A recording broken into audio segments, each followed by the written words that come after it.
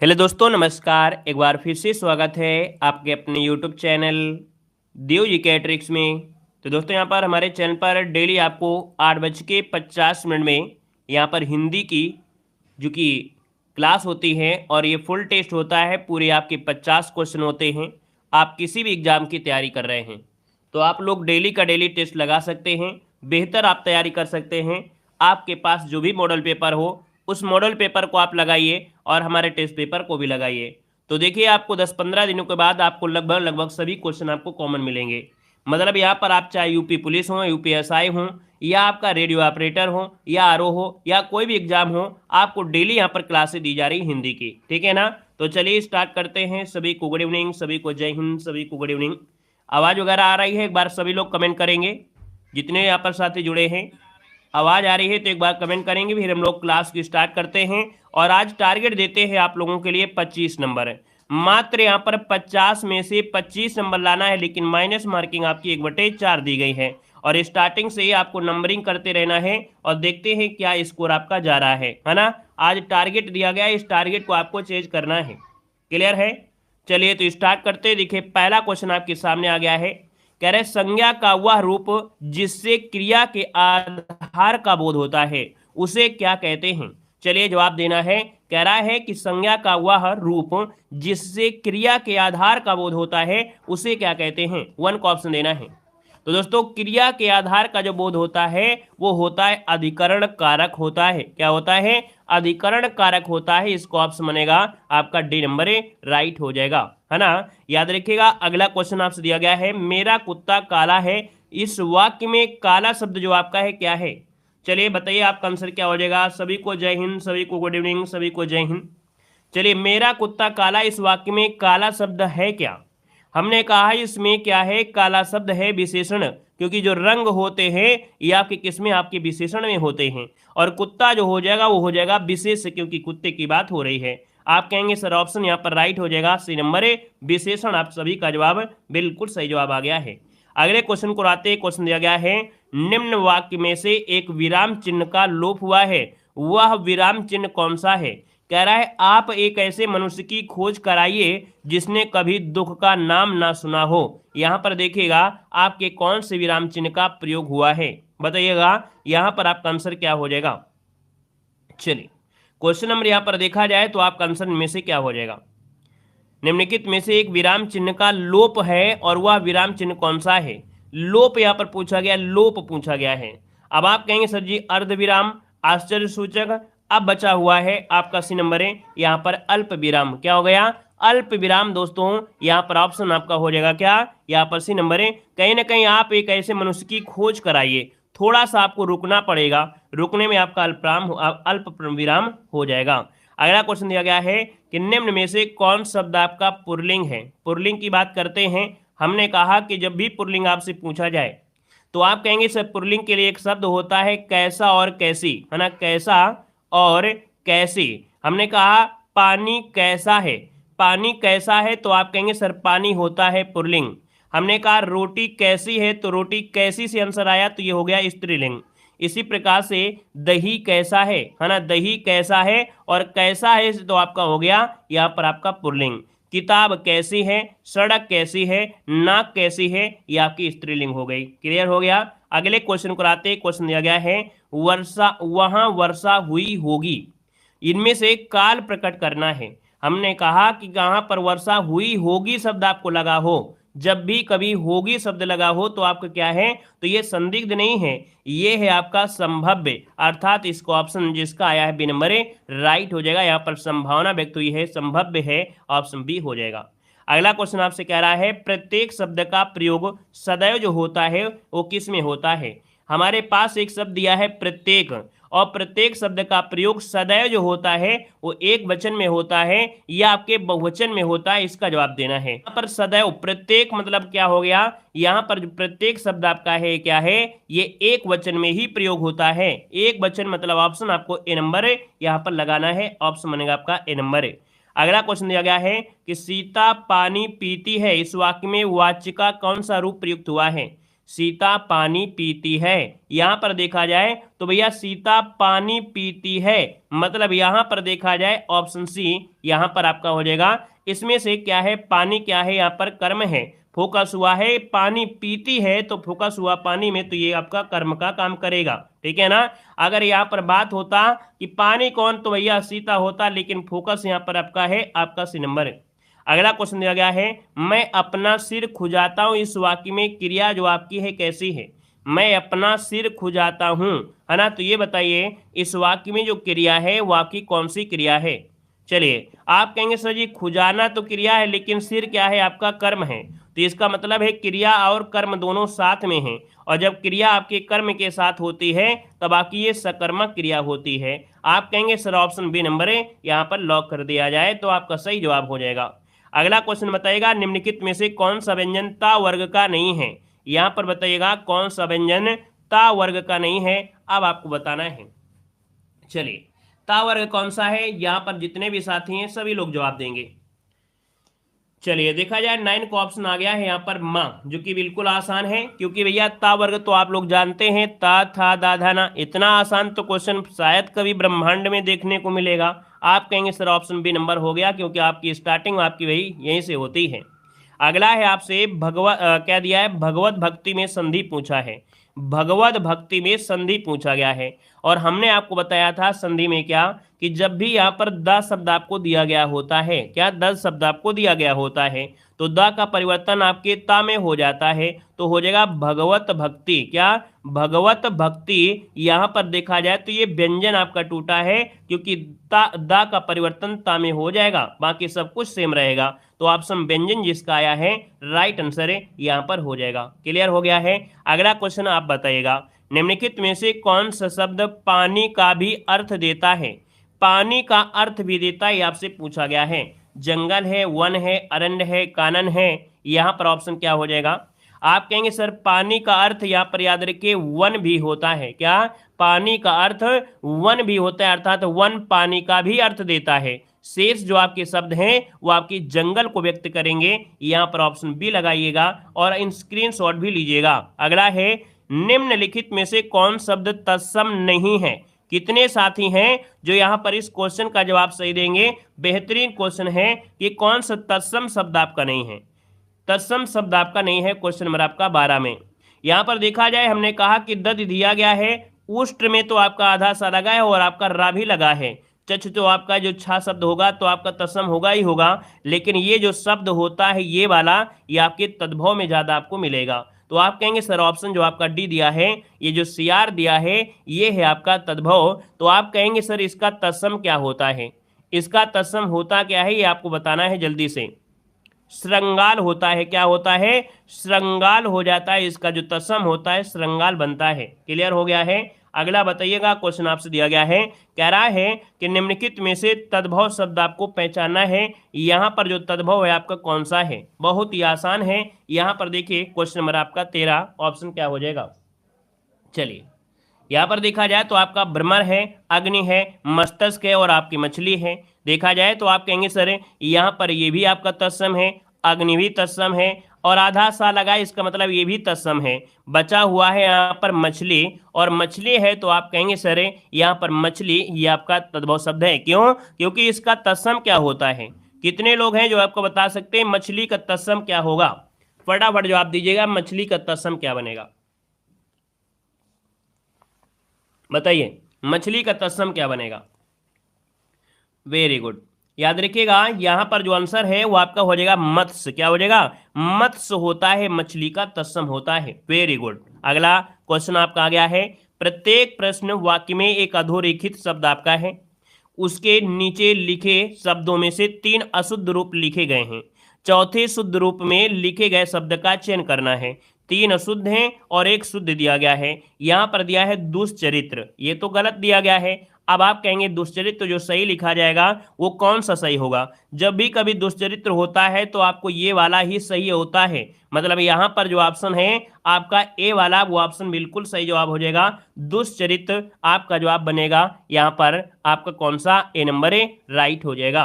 अगले क्वेश्चन को आते हैं। क्वेश्चन दिया गया है, कह रहा है कि कवित्री जो लिखा गया कवित्री, सही जो आपका कवित्री होगा वो कौन सा होगा? 15 नंबर आपको हमेशा से पढ़ने को मिलता होगा। चलिए, कहेंगे सर क्वेश्चन नंबर आपका 15 है और 15 की बात करते हैं तो कवित्री जो सही लिखा है वो कौन सा? ये तो आपका गलत लिखा है, क्योंकि मात्रा हमने बताया था कि लास्ट के 2 ही शब्दों में मिलेगी, 2 वर्णों में। याद रखिए कवित्री जो ऑप्शन है आपका डी वाला, ये आपका राइट आंसर है, यहाँ पर हो जाएगा। बहुत ऐसे स्टूडेंट है आज भी यहाँ पर देखा जाए तो ये दे रहे हैं, हमने कहा कवित्री में लास्ट में जो आपके वर्ण होते हैं, छोटी की मात्रा और बड़ी की मात्रा, बस ये रट लीजिएगा, ठीक है ना। और श्रुत लिप दिया गया है आपका। अगला है श्रुत लिप कैसे लिखेंगे? 16 का ऑप्शन है, नजर दौड़ाइए और आंसर यहाँ पर बताइए क्या हो जाएगा श्रुत लिपि। 16 नंबर का जो ऑप्शन दिया गया है, कहीं ना कहीं जो ऑप्शन आएगा वो क्या हो जाएगा दोस्तों? होता है श्रुत लिपि। क्या होता है? श्रुत लिपि होता है, श्रुत लिपि होता है, जो कि ऑप्शन देखो यहाँ पर बी वाला आपका राइट आंसर है, यहाँ पर हो जाएगा। अगला क्वेश्चन है कि दिए गए संधि विच्छेद में सही विकल्प आपको चुनना है। यहाँ पर दिया गया है मनोयोग, दिया गया है मनोयोग। हमने कहा कि सर जी इसको तोड़िए, सबसे पहले तो आप कहेंगे मन तो निकलेगा और ओ की मात्रा हटेगी, यहाँ पर विसर्ग आएगा और बनेगा प्लस यहाँ पर योग हो जाएगा, अर्थात ये विसर्ग संधि है और विसर्ग है तो ऑप्शन भी दिया गया है यहाँ पर बी वाला। देखिए आप सभी का जवाब बिल्कुल सही आ रहा है ना। यहाँ पर ऑप्शन बी नंबर है बिल्कुल सही होगा। और यहाँ पर अगला क्वेश्चन दिया गया है रूपांतरण को तोड़ने से क्या मिलेगा? रूपांतरण को तोड़ने में क्या प्राप्त हो सकता है? चलिए बहुत अच्छे, रूप धन अंतरण या रूप धन अंतर। देखिए क्वेश्चन नंबर 18 है और अगर देखा जाए तो भैया रूप धन अंतरण बनेगा। अंतरण जो ऑप्शन है आपका ए नंबर, ये वाला आपका राइट हो जाएगा। अब आपसे पूछा जाएगा कि इसमें संधि कौन सी है, आप कहेंगे इसमें तो व्यंजनों को तोड़ा गया है, और जब व्यंजन तोड़ा गया है तो आपका ये व्यंजन संधि यहाँ पर हो जाएगा। अगला क्वेश्चन यहाँ पर आपसे दिया गया है दुराशा। क्या दिया है? दुराशा दिया गया है क्वेश्चन नंबर आपका 19 में। तोड़ने से क्या होगा, यहां पर आंसर बताइएगा दुराशा। देखिए यहां पर जो रा है ये रा हट जाएगा और विसर्ग लगेगा, बनेगा क्या? यहां पर दू बनेगा, विसर्ग लगेगी और आंसर आपका सी नंबर है राइट हो जाएगा। ये आपका किस में है? तो आपकी विसर्ग संधि में हो जाएगा। अगला क्वेश्चन यहां पर आपसे कह रहा है दिए गए विकल्पों में से कौन सा विकल्प स्मरण का विलोमार्थी है?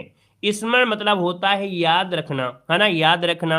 अब आप कहेंगे जब याद रखना है तो इसका हो जाएगा विस्मरण, मतलब आपके भूल जाना, तो ऑप्शन बनेगा आपका डी नंबर राइट हो जाएगा। क्लियर हो रहा है? सब कुछ समझ में आ रहा है? चलिए आगे बढ़िए। क्वेश्चन आपसे दिया गया है, कह रहा है दिए गए विकल्पों में से शुद्ध वाक्य आपको चुनना है। यहाँ पर शुद्ध वाक्य आपसे पूछा गया है। पहला ऑप्शन क्या कह रहा है? कह रहा है मेरे जूतों, तो ये देखिए यहाँ से गलत हो गया। वह शायद से आज आए, देखो यहां से ये गलत आपका हो गया। गांधी जी ईश्वर के पक्के भक्त थे, पक्के भक्त थे।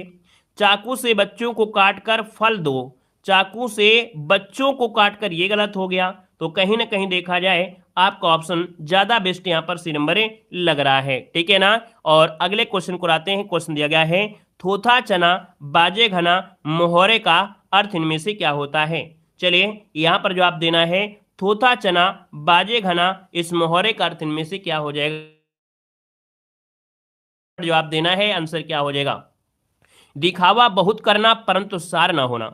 चने को तो भाई चना शब्द यहाँ पर नहीं लगेगा, चना शब्द यहाँ नहीं लगेगा, और यहाँ पर बहुत आवाज करना ये भी नहीं होगा। मतलब ऑप्शन देखा जाए आपने बिल्कुल सही जवाब दिया है, ए नंबर है। दिखावा बहुत करना परंतु सार ना होना, ऑप्शन बनेगा यहाँ पर ए नंबर। अगला क्वेश्चन यहाँ पर आपसे कह रहा है, क्या कह रहा है कि अंगूठा दिखाना इस मोहरे का अर्थ क्या होता है? अंगूठे दिखाना इस मोहरे का अर्थ इनमें से क्या हो जाएगा? स्वीकार करना हो सकता है क्या? आप कहेंगे अंगूठा दिखा रहे तो स्वीकार कैसे होगा? नहीं होगा, ये तो गलत हो गया है।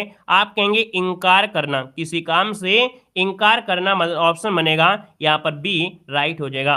अगला क्वेश्चन बताएगा रिक्त स्थान दिया गया है ना। यहां पर कह रहा है रामू की केवल इसलिए हुई क्योंकि राजीव उसकी अधिक बुद्धिमान था। जल्दी से बताइए, आंसर को लॉक करना है। यहां पर क्या भर दिया जाए? 24 नंबर में 24 का जवाब दीजिए। चलिए 24 का भी जवाब आ रहा है। देखिए यहां पर आंसर क्या हो जाएगा? देखा जाए तो 24 का जो आंसर है लगभग यहां पर हो जाएगा क्या कि रामू की उपेक्षा, है ना, उपेक्षा केवल इसलिए हुई क्योंकि राजीव उसकी अपेक्षा अधिक बुद्धिमान था। ऑप्शन भरा जाएगा यहां पर आपका सी नंबर भरेंगे कि रामू की केवल इसलिए हुई, इसका मतलब हुई यहां पर उपेक्षा हुई होगी, है ना। तो ऑप्शन भरेंगे सी नंबर ए राइट हो जाएगा। उपेक्षा एक प्रकार से कहते हैं उसका मजाक बनाया गया, है ना। अगला क्वेश्चन आपसे कह रहा है अनेकार्थी शब्द दिया है नाग, और नाग का इनमें से एक अर्थ आपसे पूछा गया है। आप कहेंगे यहां पर नाग का एक अर्थ यहां पर रथ नहीं होगा, यहां पर याद रखिए हाथी होता है। क्या होता है? हाथी होता है। इसका दोस्तों याद रखिए ऑप्शन बनेगा यहां पर आपका सी नंबर ए राइट हो जाएगा। और भी होता है, सांप है, बादल है, पर्वत है, ये हाथी का होता है। अगला क्वेश्चन दिया गया है वर्तनी की दृष्टि से शुद्ध आपसे पूछा है। यहां पर जो शुद्ध है कौन हो जाएगा? अनुसंगिक होता है या आनुषंगिक होता है? क्या जवाब देंगे? अनुसंगिक या आनुषंगिक? आप कहेंगे सर यहां पर जो आंसर है ए नंबर आनुषंगिक होता है। देखो अनुसंगिक नहीं होता है, आनुषंगिक होता है। और आन जो दिया है तो मात्रा लगी है, ऑप्शन आपका सी नंबर है। और याद रखिए ये वाला जो सा लगा है यही सा आपको लगाना है, ठीक है ना। अगला क्वेश्चन दिया गया है वीर रस का स्थायी भाव क्या होता है? वीर रस का स्थायी भाव क्या होता है? देखिए वीर रस के स्थायी भाव होता है क्या? रति तो होता नहीं है, क्योंकि रति मतलब ये तो आपका प्रेम का होता है ना। यहाँ पर देखिए हास्य रस दिया है तो हास्य का हो जाएगा। यहाँ पर उत्साह जो कि हो गया वीर रस, मतलब ऑप्शन बनेगा सी नंबर हो जाएगा। और क्रोध जो होता है वो किसका होता है? क्रोध ये होता है। क्रोध किसका होता है? तो आप कहेंगे क्रोध ये होता है रौद्र रस का। किसका होता है? रौद्र रस का होता है। क्लियर हुआ? अगला बताइएगा क्वेश्चन है निम्नलिखित में से कौन सा छंद प्रकार नहीं है? छंद का प्रकार नहीं है, आपने छंद जरूर पढ़ा होगा। यहां पर देखो दिया गया है आपका चौपाई है, दोहा है, सोरठा है, लेकिन दृष्टांत नहीं होता है। दृष्टांत क्या होगा? चलिए दृष्टांत होता है अलंकार, है ना, अलंकार होता है। अगला दिया गया है निम्न पंक्ति में से सही अलंकार आपको चयन करना है। पानी विचि मिया मीन प्यासी, मुहि सुन सुनि आवे हंसी। मतलब भैया इतना बड़ा यहाँ पर तालाब है, यहाँ पर मछली इसमें घूम रही है, पानी भरा है, लेकिन फिर भी मछली जो आपकी है क्या है? मछली जो है वह अभी भी प्यासी है। इसका मतलब ये हो गया क्या? यहाँ पर हो गया विशेषोक्ति, इसे बोलते हैं विशेषोक्ति अलंकार। ऑप्शन बनेगा यहाँ पर आपका सी नंबर। इसको रट मारिएगा, याद रखिएगा एक परिभाषा के हिसाब से कि जहां पर कारण के रहते हुए भी कार्य का ना होना। कारण क्या है? यहाँ पर पानी में है लेकिन कार्य नहीं हो रहा है, ये अब भी प्यासी है, तो भैया ऐसी जगह क्या होता है? यहाँ पर विशेषोक्त अलंकार होता है, ठीक है ना। मतलब मछली के पानी में रहते हुए भी मछली के प्यासे होने की बात कही गई है। अगला है कि किस समास के दोनों पद मिलकर एक नया अर्थ प्रकट करते हैं? ये बताइए क्या हो जाएगा? आप कहेंगे सर किस समास के दोनों पद मिलते हैं, और पद जब मिलेंगे और एक नया अर्थ बनेगा तो आपका ये होता है बहुब्रीहि समास, जिसमें से एक विशेष अर्थ आपका निकलता है। ऑप्शन होगा ए नंबर। अगला है राजपुत्र में समास क्या है? समास आप लोगों ने जरूर पढ़ा होगा, और जब समास आपने पढ़ा है तो भैया तुरंत फास्ट आंसर दीजिएगा राजपुत्र। हमने कहा राज दरबार, राजद्रोह, है ना, राजपुत्र। तो यहाँ पर पुत्र जो आपका है ये है क्या? यही है प्रधान। जब इसका अंतिम पद प्रधान होता है, उत्तर पद प्रधान होता है, तो वो होता है आपका क्या? यहाँ पर तत्पुरुष समास हो जाएगा, मतलब राजा का पुत्र, मतलब संबंध तत्पुरुष आपका आंसर है राइट हो जाएगा। अगला दिया गया है अत्यंत में कौन सा उपसर्ग है? अत्यंत में कौन सा उपसर्ग है? आप इसको जब तोड़ेंगे तो निकलेगा अति धन अंत। क्या निकलेगा? अति धन अंत। तो अंत इसका मूल होगा, लेकिन पूछा गया उपसर्ग तो ऑप्शन बनेगा यहां पर आपका बी नंबर है, जिसका आया है राइट हो जाएगा। अगला है कृदंत प्रत्यय किन शब्दों के साथ जुड़ते हैं? कृदंत प्रत्यय किन शब्दों के साथ जुड़ते हैं? अगर आप इस क्वेश्चन का जवाब देते हैं तो समझो कि आपने बेहतर तरीके से तैयारी आपने किया है और अपने इस मुकाम तक आप पहुंच पाए हैं। बताइएगा कि कृदंत प्रत्यय किन शब्दों के साथ जुड़ते हैं। आपने अगर नहीं पढ़ा है तो आपको अभी आज पता चल जाएगा। चलिए यहां पर देखिए आपका आंसर क्या होगा। हमने कहा का से कृदंत होता है और का से क्रिया होती है। याद रखिएगा कि क्रिया के साथ, है ना, जैसे खेल होता है, क्या होता है? खेल क्या है? खेल एक मूल हो गया, और इसमें से यहाँ पर ना प्रत्यय हो गया तो खेलना हो गया, तो ये ना प्रत्यय हो गया, ये हो गया कृदंत प्रत्यय, क्योंकि क्रिया है खेलना और इसके साथ प्रत्यय है तो ये होता है कृदंत। बाकी जब भी कभी ये होगी संज्ञा के साथ लगा हो, सर्वनाम के साथ लगा हो, तो भैया क्या होते हैं? वो होते हैं तद्धित प्रत्यय क्या होते हैं? तद्धित प्रत्यय। क्योंकि भैया प्रत्यय दो प्रकार के होते हैं, एक कृदंत होता है, दूसरा होता है तद्धित होता है। क्लियर हो गया। अगला क्वेश्चन आपके सामने है, निम्नलिखित शब्दों के 4 विकल्प आपको दिए गए हैं। यहाँ पर दिया गया है पर्यायवाची चुनकर उसे मतलब चिन्हित करना है। देखो आपसे कह रहा है आसक्ति, और आसक्ति का पर्यायवाची क्या हो सकता है? चलिए यहां पर बताना है कि आसक्ति का पर्यायवाची इनमें से क्या बनेगा। चलिए 34 नंबर में आप कहेंगे सर आसक्ति का हो जाएगा क्या? यहां पर आसक्ति का हो सकता है क्या? अनुरक्ति हो सकता है क्या? आसक्ति का हो जाएगा, अनुभूत तो होगा नहीं। यहां पर बी नंबर अनुरक्ति हो जाएगा। अनुरक्ति है ना, बोलते हैं ना कि किसी से प्रेम है, यहां पर अनुरक्त हो जाएगा, जो कि ऑप्शन बी बनेगा। अगला क्वेश्चन दिया गया है, कह रहे हैं आविर्भाव। आविर्भाव दिया है और इसका पर्यायवाची है, और आविर्भाव दिया है और आपसे पर्यायवाची पूछा है। आप कहेंगे सर 35 को ऑप्शन क्या हो जाएगा? यहां पर आंसर है आपका बी हो जाएगा, उद्भव, है ना। आविर्भाव किसी चीज का जन्म होना, मतलब यहां पर उद्भव शब्द आपका है, यह आपका बी नंबर है, राइट हो जाएगा। अगला क्वेश्चन दिया गया है, चिरंतन का पूछा गया, चिरंतन, और चिरंतन का मतलब क्या हो जाएगा? यहां पर शाश्वत, जो हमेशा चलता रहता है उसे चिरंतन कहते हैं, उसे ही शाश्वत कहते हैं। तो आपसे पर्यायवाची है और ऑप्शन आपका सी वाला राइट भी हो गया है। अगला क्वेश्चन कह रहा है क्या, अनल का पर्यायवाची इनमें से क्या हो जाएगा? अनल कहा जाता है किसे? अनल कहते हैं आग को कहते हैं या हवा को कहते हैं? तो आप कहेंगे सर अनल कहा जाता है आपके आपके किसे? अग्नि को कहते हैं। तो ये पर्यायवाची हो जाएगा, अग्नि का हो जाएगा, है ना। और यहाँ पर अनिल वो होता है, वो होता है हवा का होता है। तो आप ऑप्शन लगाएंगे, ए नंबर लगाएंगे। अगला क्वेश्चन कह रहा है कि जिसे प्रमाण द्वारा सिद्ध ना किया जा सके उसे क्या कहते हैं? जिसे प्रमाण द्वारा सिद्ध ना किया जा सके, 38 नंबर। यहाँ पर जिसे किया जा सके उसे बोलते हैं अप्रमेय बोलते हैं। क्या बोलते हैं? अप्रमेय बोलते हैं। देखिए आपका जो आंसर आ रहा है यहाँ पर सी नंबर है, यहाँ पर जवाब बिल्कुल सही जवाब राइट हो जाएगा। अब बात आती है अप्रमाणित क्या होता है? जो प्रमाणित ना हो, क्या? जो प्रमाणित ना हो उसे बोलते हैं अप्रमाणित कहते हैं, है ना। और यहाँ पर अप्रमाणिक क्या होता है? तो अप्रमाणिक होता है कि जिसका कोई प्रमाण ना हो, जिसका कोई प्रमाण ना हो उसे अप्रमाणिक कहते हैं। अगला है, निम्नलिखित प्रश्न में से समूहार्थक शब्द को छांटना है। समूह दिया है और समूह की बात करते हैं तो यहाँ पर देखो आपसे कह रहा है क्या? कह रहा है कार्य दिया है, आवश्यकता दिया है, पूर्ति दिया है और समवाय। समवाय जो की है एक समूह की बात कर रहा है, मतलब ऑप्शन देखा है, ऑप्शन सी बिल्कुल सही जवाब इनमें से राइट हो जाएगा। अगला दिया गया है, किसी वाक्य के अंश को हम निम्नलिखित में से क्या कहेंगे? किसी वाक्य के अंश को हम क्या कहेंगे? क्वेश्चन नंबर आपका 40 है, स्क्रीनशॉट मारिए जल्दी से। चलिए, किसी वाक्य के अंश को बोलते हैं पदबंध। क्या बोलते हैं? पदबंध बोलते हैं। हमने कहा कि भैया जब नया क्वेश्चन आपको मिले तुरंत स्क्रीनशॉट लेना है ना। पदबंध कहते हैं मतलब जब पद और उपपद अथवा दो या दो से अधिक पद इकाई के रूप में प्रयुक्त हों उन्हें पदबंध कहा जाता है। यहाँ पर आंसर ये बनेगा। अगला क्वेश्चन है गद्यांश। और आज विश्व भर में बेकारी ने विकराल रूप धारण कर लिया है, यह समस्या भारत को घुन की तरह खाती चली जा रही है। तो आप भैया देखेंगे कि ये बड़ा आसान है, लिखा है वही से आपको यहाँ पर सब चीजें दी गई है। क्वेश्चन दिया गया है, संशोधन में उपसर्ग क्या है? संशोधन में उपसर्ग आपका क्या है? चलिए यहाँ पर देखिए 43 नंबर में जो ऑप्शन है यहाँ पर राइट क्या हो सकता है? आप कहेंगे सम धन, है ना। सम शब्द आपको आएगा और ऑप्शन बनेगा यहाँ पर बी नंबर है, राइट हो जाएगा। सम धन शोधन, सम धन शोधन मतलब ऑप्शन बी राइट हो जाएगा।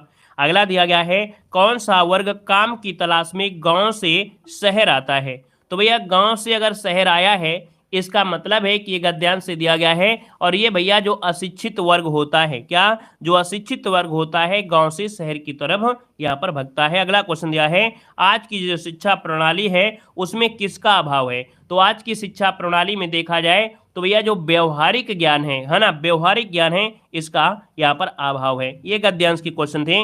अगला क्वेश्चन आपके सामने है, लाजवाब क्वेश्चन है कि कवितावली के रचनाकार कौन है? कितने साथी यहाँ पर जवाब देंगे और लगातार जवाब देंगे साथ साथ में? कवितावली के रचनाकार इनमें से कौन है? क्वेश्चन नंबर 46 जल्दी से बताइए। जब आपका जवाब आएगा तभी आपका आंसर यहाँ पर मिलेगा। चलिए देखिए आपका जवाब भी आ रहा है कवितावली, है ना। यहाँ पर दोस्तों 46 नंबर में कवितावली, दोहावली, गीतावली, विनय पत्रिका, ये सब हैं आपकी किसकी हैं, तुलसीदास है कोई ऑप्शन, ऑप्शन देखिए सी नंबर है, यहाँ पर राइट हो जाएगा। अगला है आचरण की सभ्यता किसका निबंध है, आचरण की सभ्यता किसका निबंध है।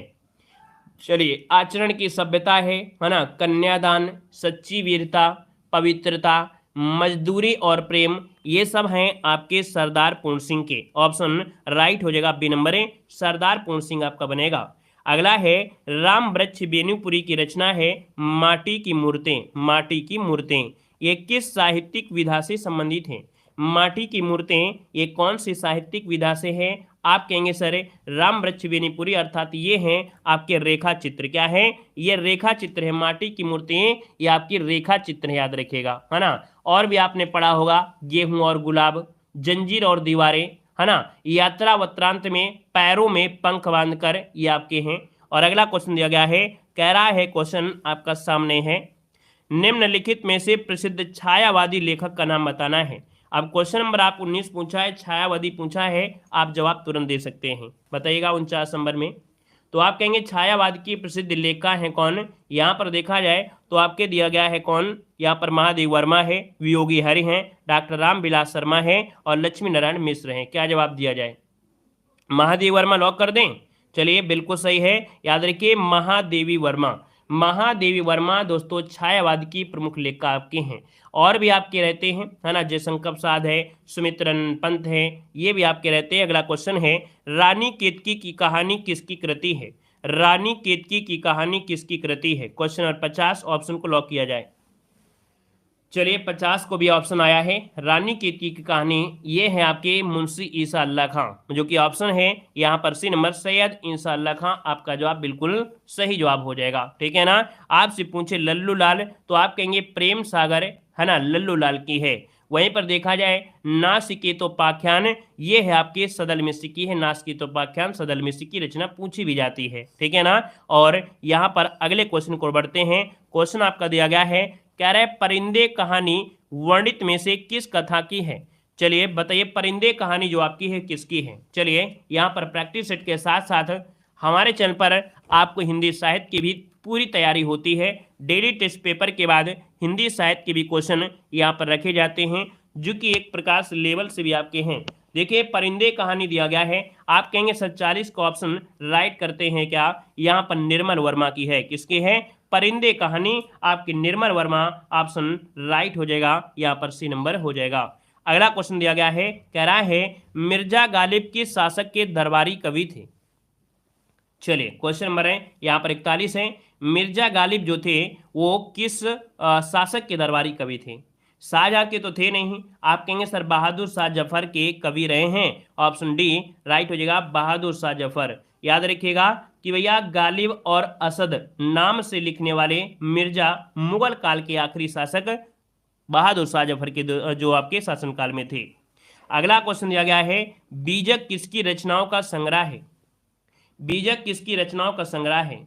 तो भैया आप कहेंगे कबीर साहेब, है ना। यहाँ पर देखिए बीजक जो आपका है 42 नंबर में वो ऑप्शन ए हो जाएगा, कबीर आपका आंसर बिल्कुल सही जवाब हो जाएगा, ठीक है ना। यह मुख्य प्रमाणिक कृतियों में से एक मानी जाती है और इस कृति को कबीर पंथ की पवित्र पुस्तक मानी जाती है। क्या याद रखिएगा कि इसे कबीर पंथ की सबसे पवित्र पुस्तक भी मानी जाती है। अगला क्वेश्चन आपसे दिया गया है, कह रहा है कि तुलसीदास द्वारा रचित रामचरितमानस में कितने कांड हैं, कितने कांड है दोस्तों, 43 को ऑप्शन लॉक करना है। आप कहेंगे सर ऑप्शन यहाँ पर क्या हो जाएगा, यहाँ पर ए फॉर क्या हो जाएगा इलाहाबाद, अर्थात यहाँ पर देखा जाए तो 7 कांड हैं या 7 सोपान हैं, ठीक है ना। आपसे कभी कभी क्रम भी पूछता है तो आपको कहना है सर जी बालकांड, अयोध्या कांड, अरण्य कांड, किष्किंधा कांड, सुंदर कांड, लंका कांड, है ना। मतलब आपको क्रम आपको जरूर याद होना चाहिए, ठीक है। अगला क्वेश्चन आपके सामने दिया गया है, कह रहा है रमेश चंद्र शाह को विनायक रचना के लिए 2014 में साहित्य अकादमी पुरस्कार से सम्मानित किया गया। इस रचना की विधा क्या है, मतलब जो विनायक है ये है रमेश चंद्र शाह की है और ये है क्या, आप कहेंगे सर ये है इनका उपन्यास है, क्या है ये इनका उपन्यास है, याद रखिएगा, ठीक है ना। और यहाँ पर अगला क्वेश्चन आपसे दिया गया है, कह रहा है मधुर मधुर मेरे दीपक जल, मधुर मधुर मेरे दीपक जल नामक कविता किसने लिखी है। दोस्तों यहाँ पर देखिए महादेव वर्मा का नाम आपने सुना होगा। महादेव वर्मा ने लिखा है मधुर मधुर मेरे दीपक जल, है ना। यहाँ पर आंसर बनेगा ए नंबर ए, राइट हो जाएगा। नेक्स्ट क्वेश्चन आपसे दिया गया है, कह रहा है आपसे क्वेश्चन, कौन सी रचना तुलसीदास की नहीं है? कौन सी रचना तुलसीदास की नहीं है? 46 नंबर में देखिए तुलसीदास की रचना में रामचरितमानस है, दोहावली है, गीतावली है, लेकिन यहाँ पर आपको बताइए यामा किसकी रचना है? बताइएगा यामा किसकी रचना है? चलिए महादेव वर्मा बिल्कुल सही जवाब है। यामा जो आपके है महादेव वर्मा की कविता संग्रह है। और अगले क्वेश्चन को आते हैं। क्वेश्चन आपसे कह रहा है कौन सी कृति महादेव वर्मा की है? महादेव वर्मा की कृति इनमें से कौन है? यहाँ पर देखिए तो भैया यहाँ पर देखा जाए निहार, निहार हो जाएगा। यहाँ पर निहार जो आपकी है महादेव वर्मा की है। अब आपको बताना है साकेत किसकी रचना है? जल्दी बताइए साकेत किसकी है? मैथिली शरण गुप्त की है साकेत, बिल्कुल सही है। कामायनी किसकी है? आप कहेंगे जयशंकर प्रसाद की है। अब आपसे दिया गया है प्रिय प्रवास किसकी रचना है? प्रिय प्रवास किसकी रचना है? बिल्कुल सही है, आपके अयोध्या सिंह उपाध्याय हरिऔध की रचना है। और प्रिय प्रवास खड़ी बोली का प्रथम महाकाव्य माना गया है। दोस्तों याद रखिएगा। अगला क्वेश्चन दिया गया है, कह रहा है आपसे अतीत के चलचित्र किसकी रचना है? यूपीपी में क्वेश्चन पूछा गया है। हम आपको क्वेश्चन वही लेते हैं जो आपके एग्जाम की दृष्टि से बिल्कुल आईएमपी है, कहीं ना कहीं प्रीवियस ईयर क्वेश्चन आपके होते भी हैं। देखो दिया गया है अतीत के चलचित्र, तो यहाँ पर जो रचना है आपका आंसर क्या हो जाएगा? यहाँ पर महादेव वर्मा की रचना है ना। और महादेव वर्मा जो कि छायावाद की प्रमुख कवित्रियों में से एक आपकी हैं। इनकी रचनाओं में से देखा जाए तो जैसे निहार है, नीरजा है, सामने हैं, इनकी मुख्य रचनाएं हैं। अगला क्वेश्चन आपसे दिया गया है, देवदास उपन्यास पर 3 बार फिल्म बन चुकी है। उपन्यासकार का नाम आपको बताना है। चलिए यहां पर बताइएगा उपन्यासकार कौन है? देवदास के उपन्यास, है ना। यहां पर देखिए आपका आंसर क्या हो जाएगा? C number. यहां पर आपका जवाब बिल्कुल सही है, सी नंबर हो जाएगा। शरत चंद्र चट्टोपाध्याय हो जाएगा, है ना। इन्होंने कई उपन्यासों पर हिंदी फिल्में भी बनाई हैं और उनके उपन्यास चरित्रहीन पर आधारित रहे हैं, है ना। याद रखिए इसका जो ऑप्शन है वो आपका सी नंबर है, राइट हो जाएगा। और अगले क्वेश्चन को आते हैं। क्वेश्चन दिया गया है और आपसे कह रहा है निम्नलिखित कवियों में से गांधी जी ने किस कवि को राष्ट्र कवि का सम्मान दिया है? Very very very IMP question आपका दिया है। यहां पर बताना है कि भैया राष्ट्र कवि जो कहा गया है वो किसको कहा गया है? यहां पर आंसर क्या हो जाएगा?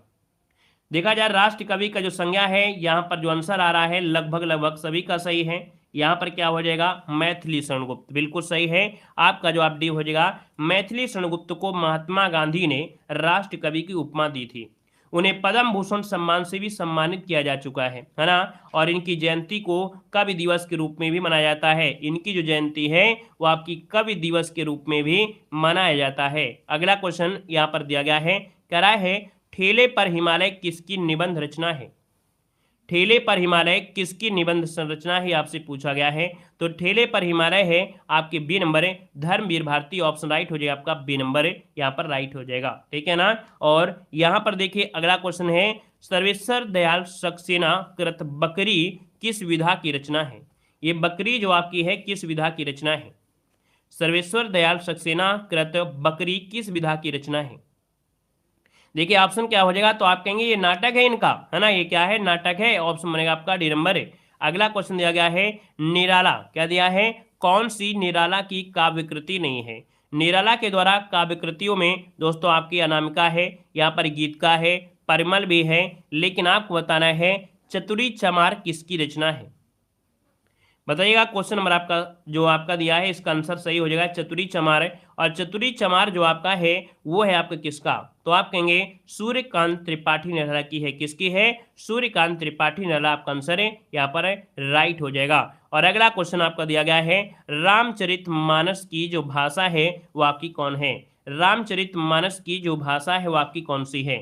यहाँ पर आंसर है राइट क्या हो जाएगा? यहाँ पर जवाब देना है। आंसर क्या बनेगा? इस क्वेश्चन का जवाब जो मिलेगा कमेंट में आपको देना है, और नहीं तो आपको जो कल क्लास होगी तब आपको यहाँ पर मिलना है। ये क्लास हमारी चलती है डेली 8:50 में चलती है।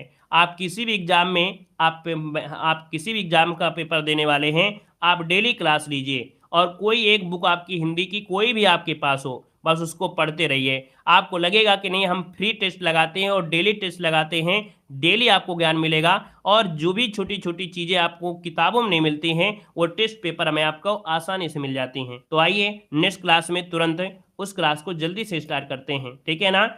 आज के लिए इतना रखते हैं, वीडियो को लाइक करिए और अगली क्लास में सभी लोग आइएगा। धन्यवाद सभी को, जय हिंद, सभी को वंदे